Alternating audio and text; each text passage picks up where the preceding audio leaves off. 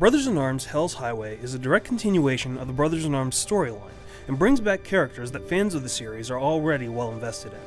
The story uses the colossal failure of Operation Market Garden as a backdrop to tell a more personal story about Staff Sergeant Matt Baker.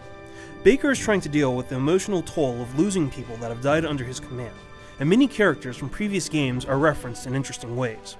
The story is actually quite stellar overall, especially if you've played the other games of the series.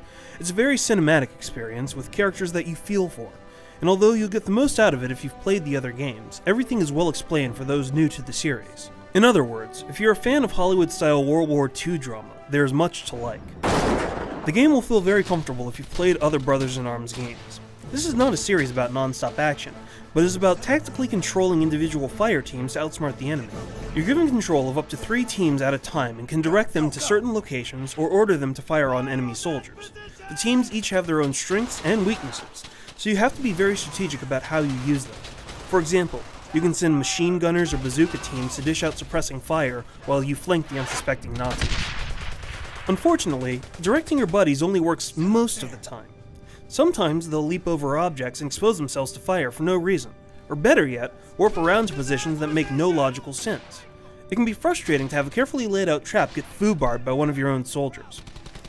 Something new in Hell's Highway is destructible cover. Cover has always been an important part of the franchise, but now things like fences and desks can be completely torn apart by gunfire. This adds yet another layer of strategy to the game. Not only must you always keep an eye on what you're hiding behind, but you can also destroy enemy cover to flush them out. This is very satisfying and is a great addition to freshen up the core mechanics. Unfortunately, enemy AI is somewhat mixed. On one hand, they realistically flank you or find cover and generally make your life a living hell, which is actually a good thing. But on the other hand, they sometimes just stand in the open without moving or don't notice that a grenade has gone off directly behind them. Some of the AI routines feel scripted because they will suddenly spring to life when you get within proximity. This is especially apparent within the solo sections. The solo sections are somewhat of an oddity in this game. For a title that emphasizes team strategy, there are a lot of missions where Baker just goes it alone, almost to the point where the game feels more like Brother in Arms, Baker's Odyssey. There's nothing wrong with these sections per se, but it just seems unrealistic for a platoon commanding officer to go solo. In terms of graphics, this game is very hit or miss. There are a lot of good texture work, such as chipped stones in the side of buildings and zoomed in kill shots that look very sweet. However, some of it looks downright terrible.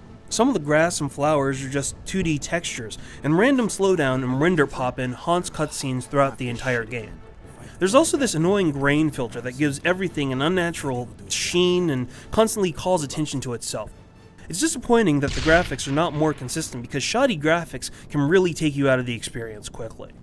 Overall, Hell's Highway is the definition of good, but not great.